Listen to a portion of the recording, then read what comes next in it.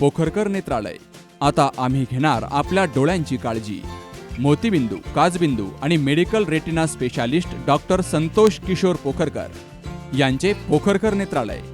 ठिकाण कीर्ती plaza, ST stand जवळ जुने तांबे हॉस्पिटल समोर, संगमनेर। संपर्क 8108 17 63 65।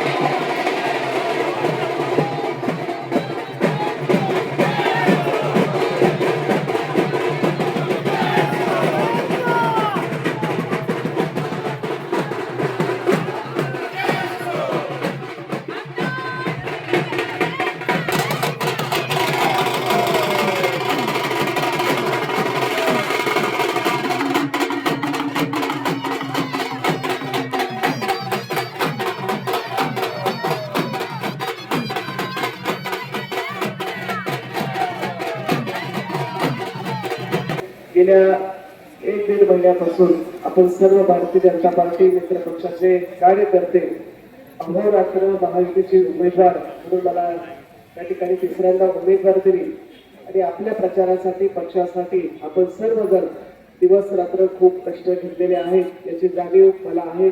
त्यामुळे सर्वांचं मनापासून आभार मानते. आज संध्याकाळी 5:30 वाजता आपल्या प्रचाराची सांगता अधिकृतरित्या होईल. आज आपण तातडी शहरामध्ये आणि संध्याकाळी 3 वाजता शेवगाव शहरामध्ये प्रचाराची रॅली आहे आणि त्यामुळे मी जास्त अधिक काही बोलणार नाही. आणि वेळोवेळी आपल्या सर्वांच्या लाडक्याने त्या पंकजताईंची सभा 16 तारखेला शहरामध्ये झाली. काल नितीन गडकरी साहेबांची सभा शेवगाव शहरामध्ये झाली आणि गेल्या 10 वर्षामध्ये सरकारने केलेली कामं ही सर्वांना माहीत आहेत. त्याच्यावर मी जास्त बोलणार नाही.